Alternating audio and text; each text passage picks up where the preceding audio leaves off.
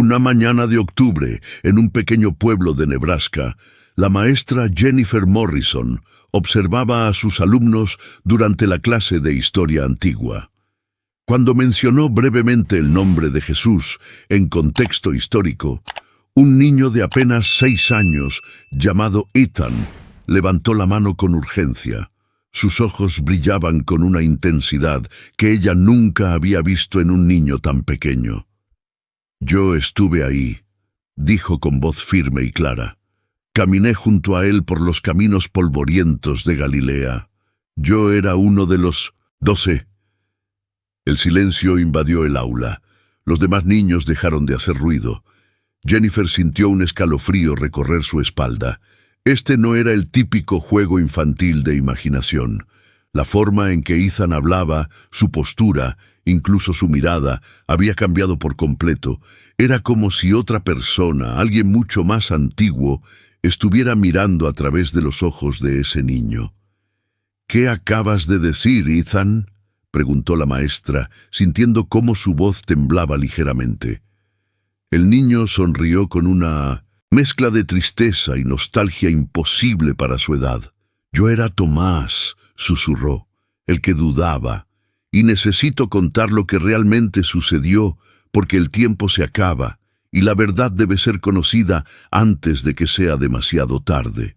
Lo que comenzó como un día ordinario estaba a punto de convertirse en algo que desafiaría todo lo que esta comunidad creía saber sobre la vida, la muerte y lo que existe más allá. Los padres de Ethan, Michael y Sarah Peterson fueron llamados inmediatamente a la escuela.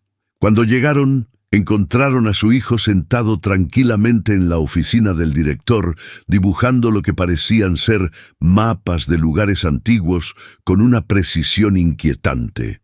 Sarah abrazó a su hijo, buscando en su rostro alguna señal de broma o confusión, pero Ethan simplemente la miró con esos ojos que ya no parecían los de un niño de 6 años. «Mamá, sé que esto es difícil de entender», dijo con una madurez verbal imposible para su edad. «Pero debo compartir lo que recuerdo. Han pasado 2000 años y mi alma finalmente ha encontrado el momento correcto para hablar». Michael, un ingeniero escéptico por naturaleza, sintió que el suelo se movía bajo sus pies. Durante las siguientes horas, Ethan comenzó a relatar detalles sobre la vida en Judea del siglo I. Describió el olor del aceite de oliva en las lámparas, el sabor específico del pan sin levadura, las túnicas de lana que raspaban la piel bajo el sol implacable. Habló en arameo, un idioma que jamás había estudiado, pronunciando frases que más tarde serían verificadas por expertos lingüísticos de la universidad local. Antes de continuar con esta historia extraordinaria que desafió la comprensión de toda una comunidad, queremos saber, ¿desde qué ciudad nos estás viendo? Déjanos un comentario aquí abajo. Ahora, adéntrate con nosotros en el testimonio más perturbador que se haya registrado en los últimos tiempos. La noticia sobre Ethan se propagó como un incendio incontrolable por el pequeño pueblo de Meadowbrook. Al tercer día, más de 50 personas se habían reunido frente a la casa de los Peterson, algunos con curiosidad genuina, otros con miedo, y un grupo considerable con Biblias en mano exigiendo respuestas. El reverendo Thomas Whitmore, líder de la iglesia metodista local durante 30 años, fue uno de los primeros en solicitar una reunión privada con el niño. Lo que presenció esa tarde cambiaría su fe para siempre. Ethan se sentó frente al reverendo en la sala de estar, sus pequeñas piernas colgando de la silla, sin alcanzar el suelo. «Usted quiere pruebas», dijo el niño sin que nadie preguntara nada. «Quiere saber si realmente soy quien digo ser». El reverendo Whitmore asintió lentamente, con las manos temblorosas sobre su regazo. Entonces Ethan comenzó a recitar pasajes que no aparecen en ninguna Biblia conocida, conversaciones privadas entre los discípulos que nunca fueron documentadas. Describió con detalle el momento exacto en que Tomás tocó las heridas de Jesús resucitado, pero no como aparece en las Escrituras. No fue solo duda lo que sentí, explicó Ethan con lágrimas rodando por sus mejillas infantiles. Fue terror absoluto, porque si él había vuelto de la muerte, entonces todo lo que nos había enseñado sobre el sacrificio, el sufrimiento y la transformación era verdad. Y yo no estaba seguro de ser lo suficientemente fuerte para ese mundo. El reverendo se quitó los lentes y los limpió repetidamente, un gesto nervioso que hacía cuando su mente no podía procesar lo que estaba experimentando. ¿Por qué ahora?, logró preguntar con voz quebrada. ¿Por qué regresas ahora después de tanto tiempo? Ethan miró por la ventana hacia el cielo que comenzaba a oscurecerse. Lo que estaba a punto de revelar haría que todos cuestionaran el propósito mismo de su existencia. Porque la humanidad está en un punto de quiebre, respondió Ethan con una gravedad que heló la sangre del reverendo. Y necesitan recordar que la fe nunca fue sobre certezas cómodas, sino sobre abrazar el misterio incluso cuando aterra. Durante las siguientes semanas, los Peterson tomaron la difícil decisión de permitir que expertos de diversas disciplinas entrevistaran a Ethan.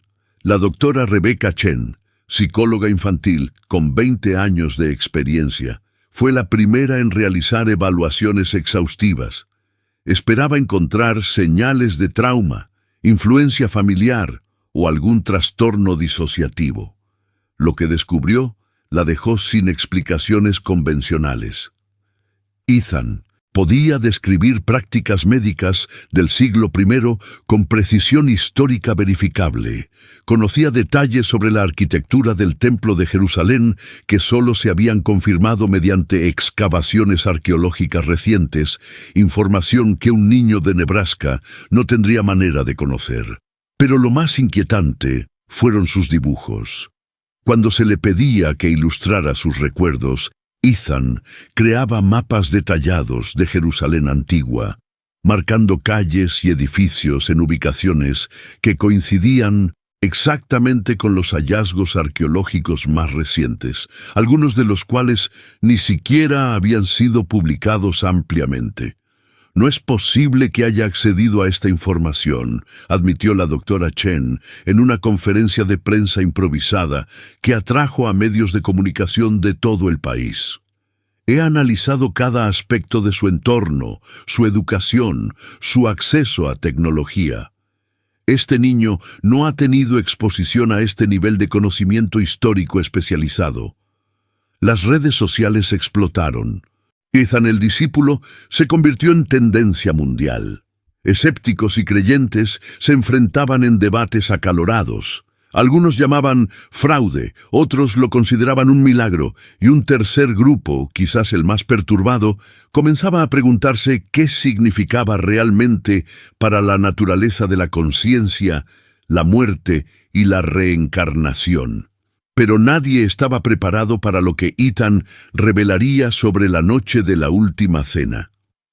Una tarde lluviosa de noviembre, con cámaras documentando cada momento, Ethan accedió a contar lo que realmente sucedió durante la última cena, pero con detalles que no aparecen en ningún evangelio canónico. Se sentó en el suelo de la sala, rodeado de investigadores, teólogos y sus padres, y comenzó a hablar con una voz que parecía provenir de pozos temporales insondables. La habitación olía a sudor, vino agrio y miedo, inició Ethan cerrando los ojos. No fue la reunión solemne y ordenada que pintan los artistas. Estábamos aterrorizados. Sabíamos que algo terrible se acercaba porque Jesús había estado hablando de su muerte durante semanas, pero ninguno queríamos creerlo realmente. Describió cómo Judas, contrario a la narrativa popular, no era simplemente un traidor motivado por dinero. Judas creía genuinamente que estaba forzando la mano de Jesús, explicó Ethan.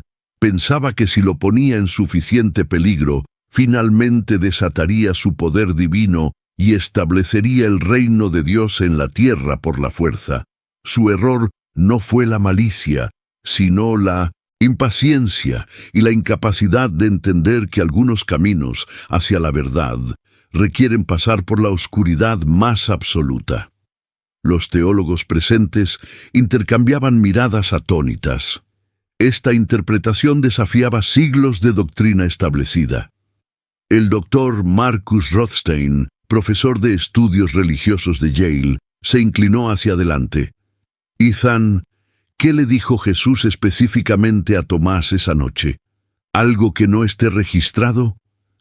El niño abrió los ojos y miró directamente al profesor con una intensidad que hizo que varios presentes contuvieran la respiración. Me dijo: Tomás, tu duda será tu mayor regalo para los que vengan después, porque ellos también dudarán, y en tu historia encontrarán permiso para ser humanos mientras buscan lo divino.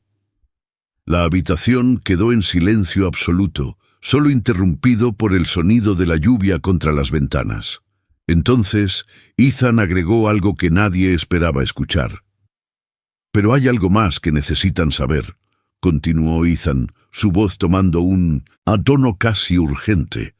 «Algo que nunca le dije a nadie en esa vida, porque no entendía su importancia hasta ahora». Se puso de pie y caminó hacia la ventana, observando su propio reflejo en el vidrio como si viera a través de 2000 años de tiempo. Después de la crucifixión, durante esos días oscuros antes de la resurrección, los 12 nos dispersamos. Estábamos rotos, convencidos de que habíamos apostado nuestras vidas por un error hermoso, pero fatal.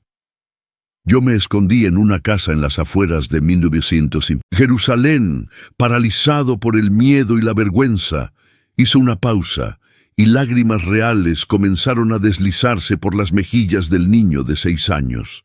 Una anciana me encontró allí, llorando. No sé quién era, nunca supe su nombre. Se sentó junto a mí y me dijo algo que solo ahora, en esta nueva vida, comprendo completamente. Los presentes estaban hipnotizados. Sarah Peterson tomó la mano de su esposo con tanta fuerza que sus nudillos se pusieron blancos. Ella dijo: «Joven Tomás, tu maestro no. Vino a crear seguidores perfectos. Vino a mostrarles que lo divino puede soportar toda su humanidad imperfecta, todas sus dudas, todo su miedo, y aún así transformarlos en luz». La resurrección no es solo sobre Él volviendo a la vida. Es sobre ustedes descubriendo que también pueden resucitar de sus propias muertes en vida, sus miedos, sus fracasos, su desesperanza. Ethan se giró hacia la audiencia y en sus ojos había una profundidad imposible para un niño. Por eso regresé ahora, no para probar nada sobre religión o historia. Regresé para recordarles que cada uno de ustedes está viviendo su propia crucifixión de alguna manera. El dolor, la pérdida, la duda que los paraliza. Y cada uno tiene también la capacidad de resurrección, de renacer en la misma vida que están viviendo. El doctor Rothstein se limpió discretamente las lágrimas. Incluso los escépticos más acérrimos en la habitación sentían algo moviéndose en su interior, algo que trascendía la lógica y tocaba regiones más profundas del ser. Pero el testimonio de Ethan no había terminado, y lo que revelaría a continuación dividiría al mundo en dos. Hay una razón específica por la que mi alma eligió regresar en este momento de la historia, dijo Ethan, su tono volviéndose más urgente, y tiene que ver con un secreto que Jesús compartió conmigo privadamente días antes de su arresto. La tensión en la habitación era casi insoportable. Cámaras seguían grabando, pero todos habían olvidado su presencia. Me llevó aparte una tarde, mientras los demás descansaban junto al mar de Galilea. Puso su mano sobre mi hombro y dijo: «Tomás, en 2000 años, la humanidad tendrá el poder de destruirse completamente a sí misma. Tendrán conocimiento sin sabiduría, conexión sin intimidad, información sin comprensión, y en ese momento crítico, algunos necesitarán recordar que la fe no es la ausencia de duda, sino la decisión de seguir amando, seguir creyendo en la posibilidad de transformación, incluso cuando todo parece perdido. Ethan miró directamente a la cámara principal. Ese momento es ahora. Miren a su alrededor. Tienen toda la información del mundo al alcance de sus dedos, pero se sienten más perdidos que nunca. Pueden conectarse con cualquier persona en el planeta, pero la soledad es una epidemia. Tienen avances tecnológicos asombrosos, pero la desesperanza crece cada día. Sus palabras resonaban con una verdad que era imposible negar. No regresé para iniciar una nueva religión o probar la validez de una antigua. Regresé para recordarles algo que Tomás aprendió de la manera más difícil. La duda no es el enemigo de la fe, es su compañera necesaria. Cuestionar es sagrado, buscar es divino, y seguir amando, seguir eligiendo la esperanza incluso después de todas las desilusiones, eso es lo que realmente significa resurrección. El silencio que siguió fue diferente a cualquier otro. No era vacío, sino lleno de 1000 pensamientos simultáneos, 1000 corazones procesando estas palabras de maneras que cambiarían trayectorias de vida. Finalmente, el padre de Ethan habló con voz temblorosa. «Hijo, ¿qué pasará ahora? ¿Seguirás siendo Ethan?» El niño lo miró con amor puro e incondicional y dio una respuesta que nadie anticipó. «Siempre he sido Ethan», respondió el niño con una sonrisa suave. «Y siempre he sido Tomás». No son identidades separadas, sino capas de la misma alma, aprendiendo lecciones diferentes en tiempos diferentes. Cuando despierto mañana, seguiré siendo tu hijo de 6 años que ama los dinosaurios y odia las espinacas. Pero ahora también soy consciente del viaje más largo de mi alma, y ese conocimiento cambia cómo vivo esta vida. Se acercó a su madre y tomó su mano. «Mamá, no tengas miedo. Esto no es una maldición ni una carga. Es un regalo, no solo para mí, sino para todos los que están listos para escuchar.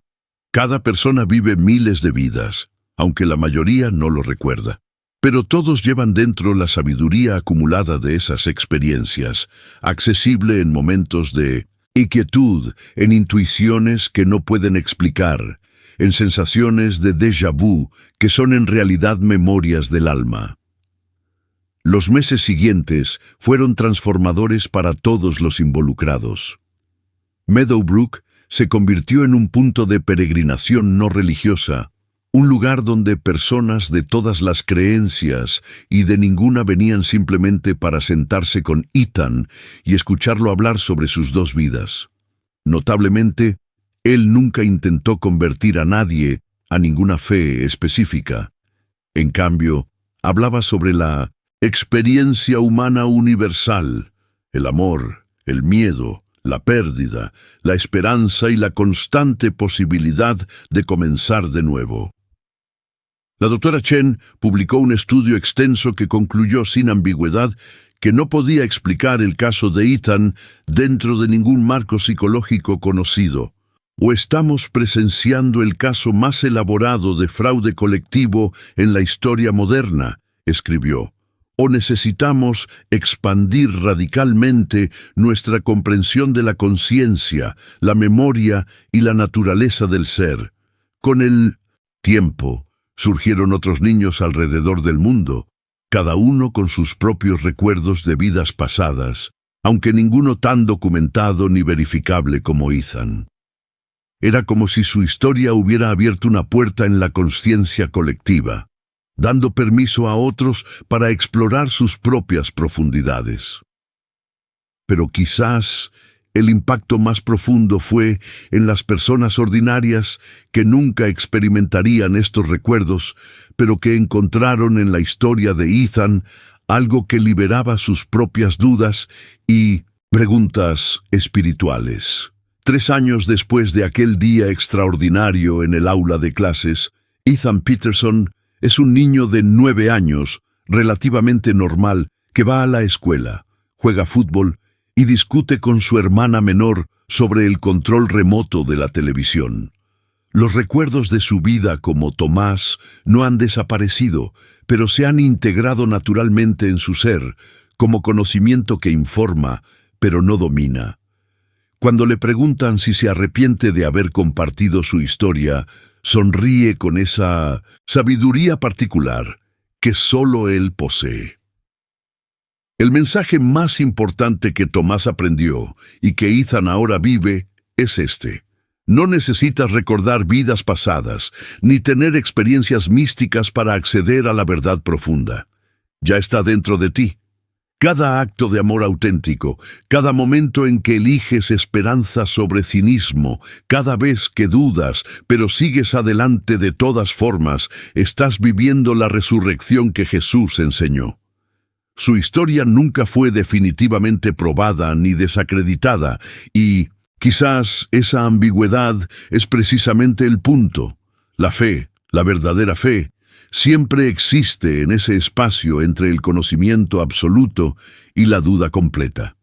En ese territorio sagrado donde elegimos creer no porque tenemos pruebas irrefutables, sino porque elegir la esperanza, elegir el amor, elegir seguir creciendo es simplemente la forma más hermosa de estar vivos. Y tal vez eso es exactamente lo que tanto Tomás como Ethan vinieron a enseñarnos. Que el viaje del alma no es sobre alcanzar destinos finales, sino sobre la valentía de seguir caminando, dudando, preguntando, cayendo y levantándose, una vida tras otra, hasta que finalmente comprendemos que siempre fuimos exactamente donde necesitábamos estar.